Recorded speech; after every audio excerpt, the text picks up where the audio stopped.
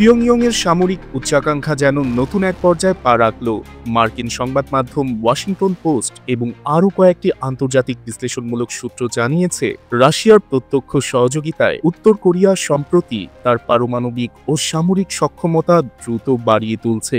বিশেষত নতুন প্রজন্মের tactical warhead MIRV, multiple independently targetable reentry vehicle, hypersonic drone এবং সক্ষমতা সম্পন্ন দীর্ঘপাল্লার রকেট উন্নয়নে দেশটি উল্লেখযোগ্য অগ্রগতি অর্জন করেছে।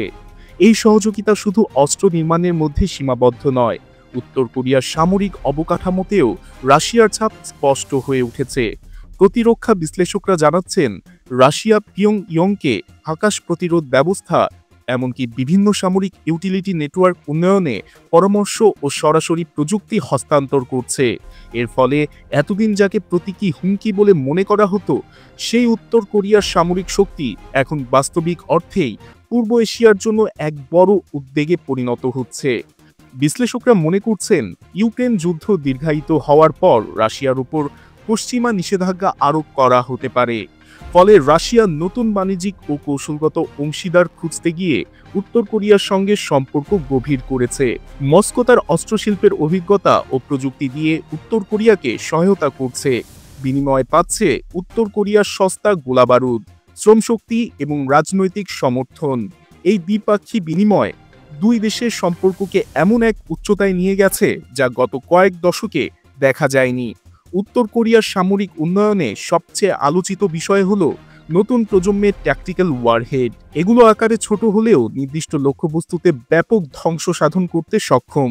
এর সঙ্গে যুক্ত হয়েছে MIRV প্রযুক্তি, যা একক ক্ষেপণাস্ত্রে একাধিক পারমাণবিক ওয়ারহেড বহন ও আলাদা আলাদা লক্ষ্যবস্তুতে আঘাত আনতে পারে। এই সক্ষমতা থাকলে উত্তর কোরিয়ার ক্ষেপণাস্ত্র প্রতিরক্ষা ভেদ করা আরও কঠিন হয়ে যাবে।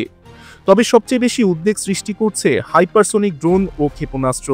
এরা শব্দের চেয়ে বহুগুণ দ্রুত গতিতে চলতে পারে এবং সঠিকভাবে প্রতিহত করা প্রায় অসম্ভব। এই প্রযুক্তি যদি উত্তর কোরিয়ার হাতে পুরোপুরি কার্যকর হয়, তাহলে আঞ্চলিক নিরাপত্তার ভারসাম্য ভয়ঙ্করভাবে নড়ে উঠতে পারে। জাপান ও দক্ষিণ কোরিয়া ইতোমধ্যেই উত্তর কোরিয়ার এই অগ্রগতি নিয়ে গভীর উদ্বেগ প্রকাশ করেছে। টোকিওর এক শীর্ষ প্রতিরক্ষা কর্মকর্তা বলেছেন, এটি শুধু জাপান নয়, পুরো পূর্ব এশিয়ার জন্য এক অশান্ত ভবিষ্যতের ইঙ্গিত বহন করছে। দক্ষিণ কোরিয়ার রাষ্ট্রপতি কার্যালয় জানিয়েছে, তারা যুক্তরাষ্ট্রের সঙ্গে মিলে যৌথ প্রতিরক্ষা পরিকল্পনা আরও শক্তিশালী করছে।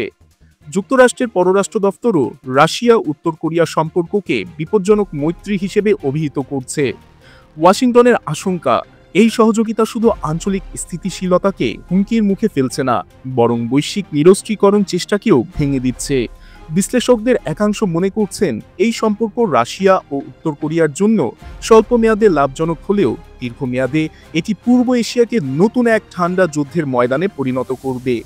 চীন এখনও এই ইস্যুতে প্রকাশ্যে অবস্থান নেয়নি, তবে তারা চাইবে না যে পিয়ংইয়ং এতটা শক্তিশালী হয়ে উঠে নিজস্ব কৌশলগত ভারসাম্য নষ্ট করুক।